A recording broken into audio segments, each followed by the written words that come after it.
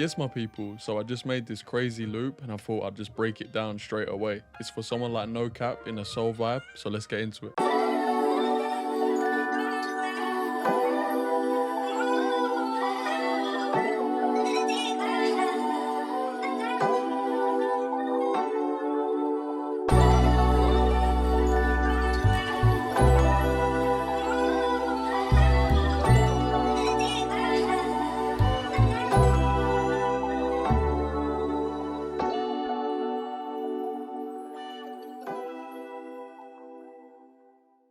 So I started this loop at 73 BPM and I used a one shot, and these are the chords I played.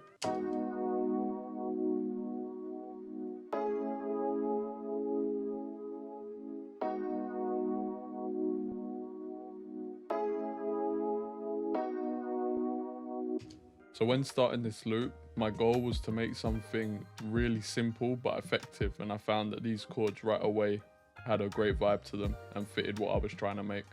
For the effects on that one shot, I put a reverb, a chorus, and the EQ. Next, I went ahead and added this texture.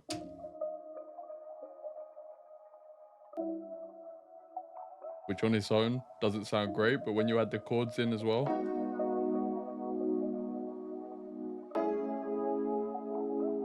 just gives it a great vibe. And as soon as I added this, I knew that this, you know when you get that feeling when the loop's gonna be crazy. Next, I added a chime.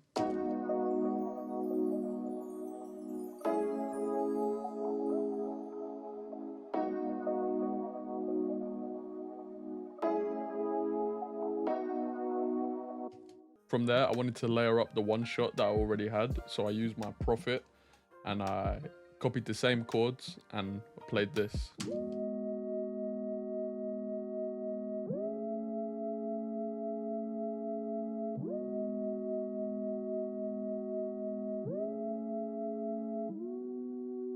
It's a crazy preset in the Prophet. For the effects on the Prophet, I used the same effects again as I did for the one shot, so a reverb, a chorus, and the same EQ. Next, I found this vocal from Dylan Hyde, which is absolutely insane, and it sounds like this.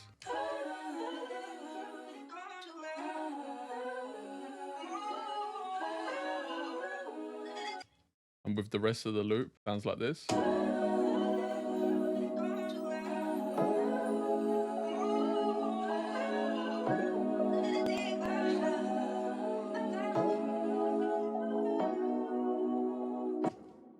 Next, I went into Contact and added this Rhodes piano. It's from the MK1, and it's just the chord that we started with for the one shots, but I've strummed it, and now it just adds an accent to the loop and sounds like this.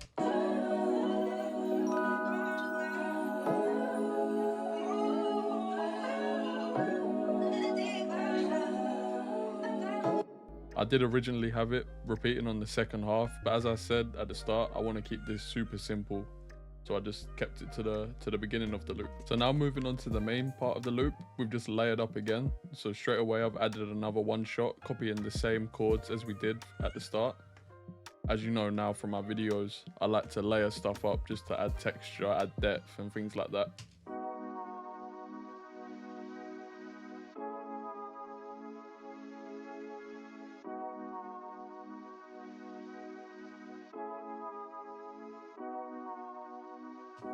Next, I added this one shot bell.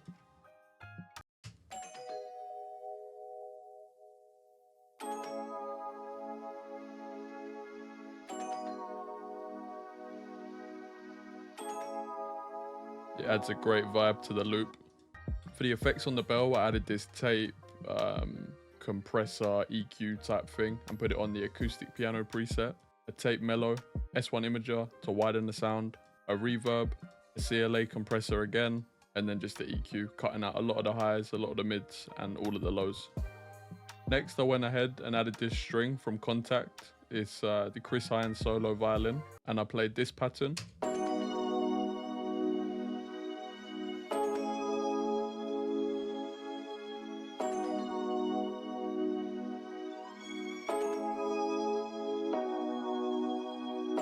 And for the effects on that, I've got a retro tape, which I think is super important to give it that vinyl, like retro kind of effect. Added another tape, a pancake, because I want this one to be moving around the headphones.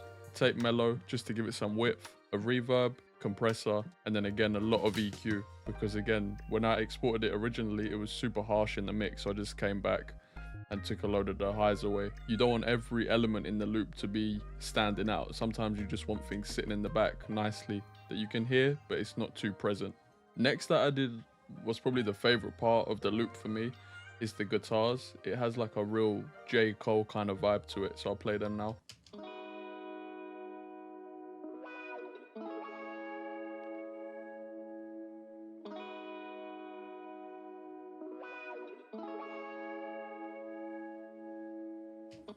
So with these guitars, I was inspired by J. Cole, Saint-Tropez. I love the guitars in the background on that song, so that's where the inspiration from that is from. And for the effects on the guitar, I've got NS1 just to take away some of the noise in the background. I've got this reverb, I've got a second reverb, an imager, a compressor on the guitar preset, and then just some EQ. I like to cut out a lot of the lows on my guitar. So the last thing I added to the loop was a bass. So I added the Rickenbacker bass to start. Just for the first note, I used the Rickenbacker bass. And then after the first note hits with the Rickenbacker bass, I switched to this ample bass upright, just because when exporting again, it was the first bass note was hitting too harshly. So I thought I'd use a second bass and then add this one after, and together they sound like this. So you can hear the difference between the two.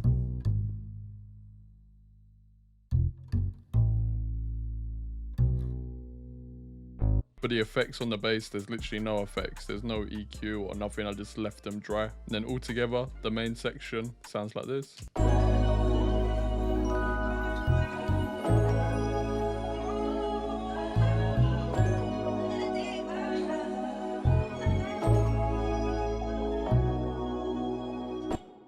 And then lastly, I just exported out the loop and I've just pitched it up by 3 semitones. And I sped it up from 73 BPM to 78. And the final product sounds like this.